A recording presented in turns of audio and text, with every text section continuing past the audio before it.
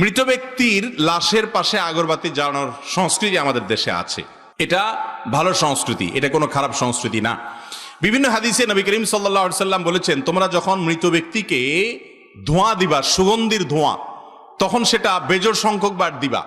সাধারণত চন্দন কাঠ বা বিভিন্ন রকমের কাঠ আছে, কাঠগুলো পোড়ালে যে ধোঁয়াটা হয়, সুগন্ধিযুক্ত ধোঁয়া, এই ধোঁয়াটা মৃত ব্যক্তির কাফনের কাপড়ে লাগানো, অর্থাৎ সুগন্ধি যাতে হয়, সুগন্ধি যেন হয়, সেখানে ভালো গ্রান যেন হয়, সেটা করাটা হলো সুন্নাহ, মুস্তাহাব। এই জন্য মৃত ব্যক্তির আগরবাতিতে সাধারণত গ্রান হয়, অতএব এই গ্রান, এই ধোঁয়া, এটা তার কাপড়ের সাথে মাখানো, 3 বার মাখানো, এটা হলো সুন্নাহ। মাখানোর পর পাশে রেখে দিলেন যে আশপাশটাতে সুগন্ধি থাকে, সেটা মুবাহ, নিষিদ্ধ কোনো বিষয় নয়। যেহেতু এই ধোঁয়া দেওয়াটা, সুগন্ধির ধোঁয়া দেওয়াটা সুন্নাত 3 বার মুর্দার কাপনে পাশে লাগায় রাখতে হবে।